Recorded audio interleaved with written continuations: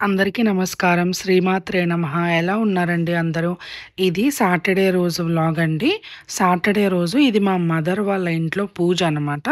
మొన్న చెప్పాను కదా! ఒక షార్ట్ అప్‌లోడ్ చేశాను. యాలుకల మాల అని చెప్పేసి. ఆ వీడియో గురించి చెప్దామని వచ్చానండి. ఈ వ్లాగ్ చేస్తున్నాను. మా మదరు యాలకుల మాల వేయడం ప్రారంభించారు. మనం 27 శనివారాలు అనుకుని 27 యాలకులు గుచ్చి వాటిని కొంచెం పసుపు నీళ్ళల్లో అలా తడిపి వెంకటేశ్వర స్వామి విగ్రహానికి వేస్తే ఎలాంటి ఆర్థిక సమస్యలైనా కానీ తొలగిపోతాయండి. ఇది మాకు తెలిసిన ఒక గురువుగారు చెప్పారనమాట. సో, అందుకని మా మదర్ స్టార్ట్ చేశారు. ఇలా పిండి దీపాలు పెట్టుకొని వెంకటేశ్వర స్వామి విగ్రహాన్ని నకోడా మెటల్స్‌లో కొనుక్కున్నారు కొత్తగా. ఆ స్వామిని తెచ్చుకొని ఇలా యాలకుల మాల చేసి వేస్తున్నారు. ఇది రెండవ వారం అండి. ముందు పటానికి వేశారు, వెనకాల చూశారు కదా! తర్వాత ఈ విగ్రహం కొనుక్కొని స్వామివారికి వేస్తున్నారు.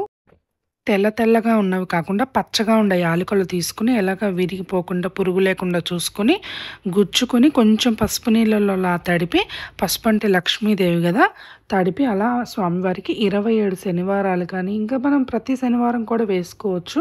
చాలా మంచిది. 27 అయితే ఖచ్చితంగా వేయాలని చెప్పారండి.